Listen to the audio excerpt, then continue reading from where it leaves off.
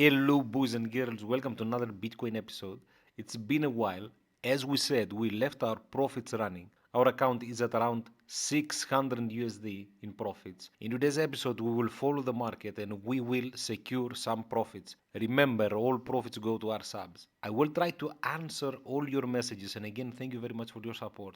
So the prices almost went up to 40k, and this is the level that I am afraid, and I want to see how the prices will react. Again, don't try trading is too risky, as we said. You will find in the comments our new channel to help you increase your level as traders. Either you are beginners or more advanced. Some of you say that the prices will drop further to 8,000, even lower, and so on. This is how traders think and act. Each trader has a different opinion.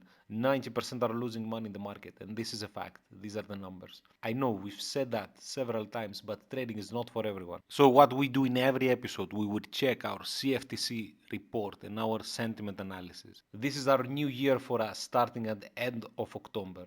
On average, our entry is at around 22.5k. Unfortunately, we also had one position on 50k, but the market never filled our orders. But it is what it is. Let's say the sentiment for this week. Retailers constantly are on the wrong side of the market. They are keep shorting the market.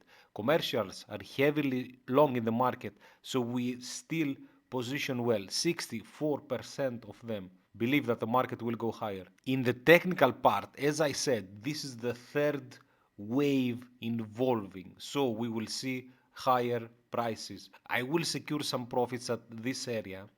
I think it's an area of consolidation. So keep in mind that I don't want to lose all these juicy pips. So in this case, I will try to secure at least the minimum of our profits. Of course, our profits will keep running. This is what we said in every episode. A retracement until 30k won't be a surprise for me. What I'm expecting next is prices to go higher. Again, guys, thank you very much. Thank you for watching, and trade safe.